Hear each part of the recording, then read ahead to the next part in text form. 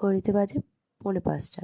তো আমি বেরিয়ে পড়েছি সকালবেলা 6:34। দেখছো আমার 6:45-এ ট্রেন।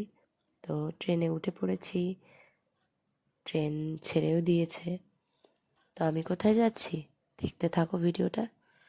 আমার গলার ভয়েসটা একটু খারাপ আছে, তো এভাবেই একটু শুনতে হবে, কিছু করার নেই। তো ট্রেনটা ছেড়ে দিয়েছে, সূর্যও ওঠেনি, এত সকালে বেরিয়েছে, আর কুয়াশাও প্রচণ্ড ছিল। তো একটু চা খেয়ে নেওয়া যাক। আর ট্রেনে উঠলে আমি বাইরের দিকে তাকিয়ে শুধু দেখি চারিদিকটা। তো এত কুয়াশা ছিল, দেখতেও খুব ভালো লাগে। তো আমিও দেখছি, তোমরাও দেখো। আর একজন ব্যক্তি যিনি টিকিট কাটেনি তবুও চেয়ার দখল করে বসে রয়েছে। বসে বসে উনি ফোন ঘাঁটছেন আর এদিকে চিপস খাচ্ছেন।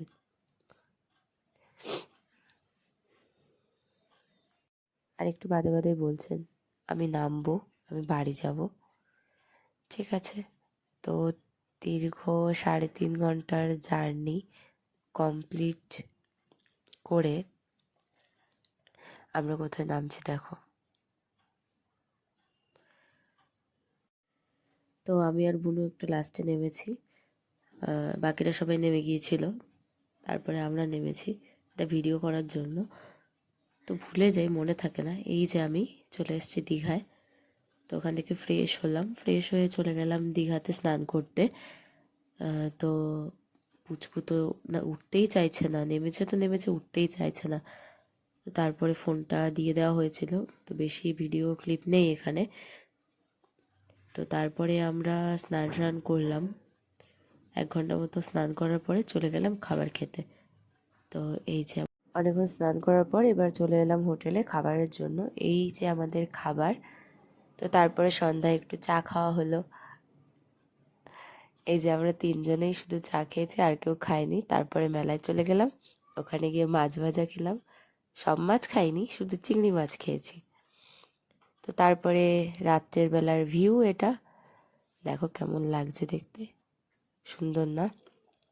তারপরে চলে গেলাম রুমে, গিয়ে ঘুমিয়ে পরের দিন ভোরে উঠে এটা হলো সমুদ্র সৈকত। একটু লেট হয়ে গেছিলো, সূর্যটা উপরে উঠে গিয়েছিল। তো যাই হোক, এত ঠান্ডা ছিল কি বলবো।